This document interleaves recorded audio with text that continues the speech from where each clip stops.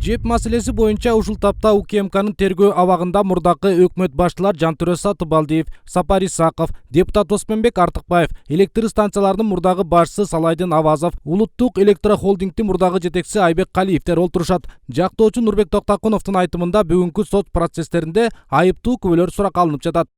Күбөлөр, ошо айыптоо күбөлөр баары эле айтып атат. Бул деген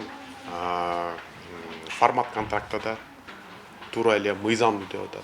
Анан кийин Кыргызстанга керектүү, Кыргызстанга пайдалуу, бул деген вопрос стратегической безопасности болчу дейт.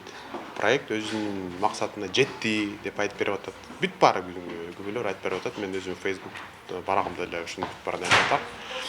Ошон үчүн эмнегедир мен өзүм түшүнбөйм. Булар эмне үчүн айыптоо күбөлөр деп атат. Анан кийин айыбынын маанисин да түшүнбөй калдым.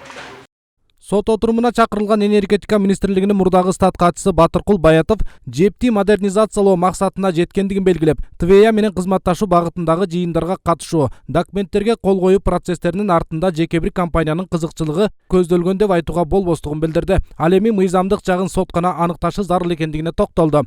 Тилекке каршы сот процессине журналисттердин видеокамераларын киргизүүгө дагы деле уруксат бериле элек. 5 айдан бери сот процесси жүрүп атат. Бирок дагы эле бир тараптуу да. Эч кандай бул жерде акыйкат жок. Эч кандай акыйкат жок. Мына свидетелдер кирип атат. Бир жумада 3 жолу болуп жатат уже. Свидетелдер деле мен кандай десем, прокуратурадан коркот да, мындай корккондой да.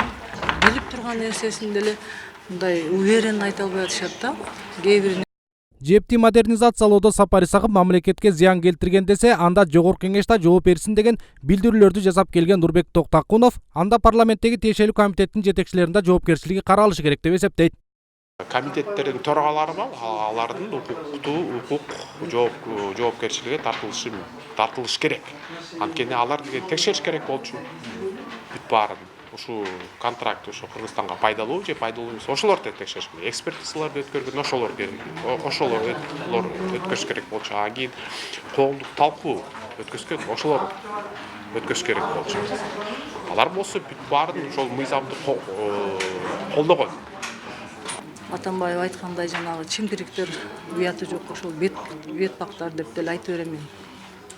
Ошолор элге туура эмес билдирип койду да башындачы. Буларды тим эле коррупционер кылып, жөндөн жөн бейгүнө жаткызып койду да.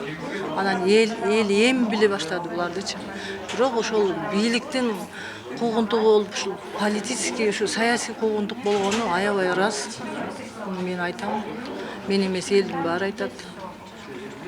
Ошол жактан кандай буйрук болсо, ошого жараша иш жүрөт да, башка айта албайм эчтеке. Ошо акыйкат болсо экен деп ойлойм бул жагына. Буга чейин кыйла эле мына 1 жылдан ашып калды.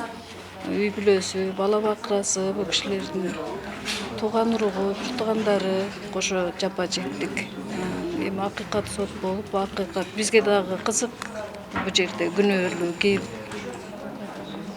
биз да билгибиз келет, бирок акыйкат болсо экен деп тилейбиз, ишенебиз.